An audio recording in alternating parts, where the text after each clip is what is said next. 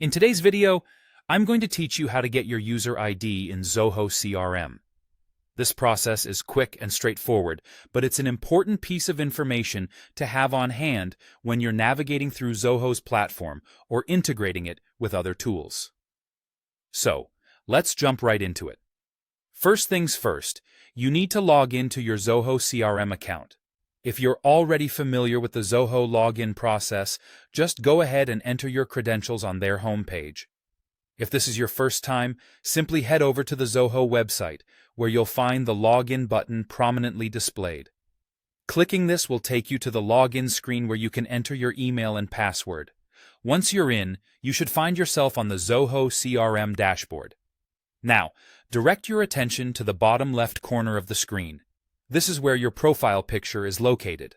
Click on the picture and a small panel will open, displaying some key information about your account. This might seem like a simple step, but it's crucial because it's your gateway to accessing deeper details about your Zoho setup.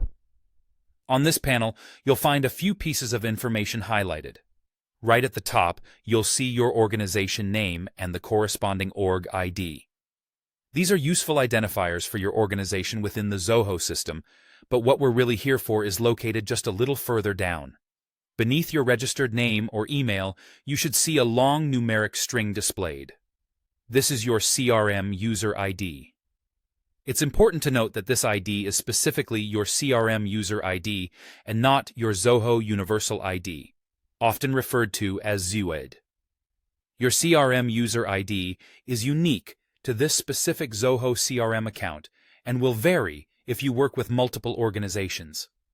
This distinction is particularly vital when you're dealing with various Zoho applications, as different IDs are used for different purposes across multiple platforms. Remember, your CRM user ID isn't just a number.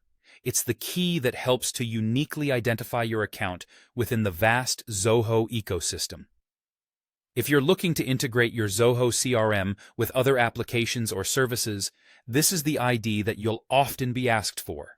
So, make sure to note it down securely if you think you'll need it for future reference. By following these steps, you've just successfully found your user ID in Zoho CRM. Keep this information handy as you explore more features and possibilities within Zoho. And that wraps up today's tutorial.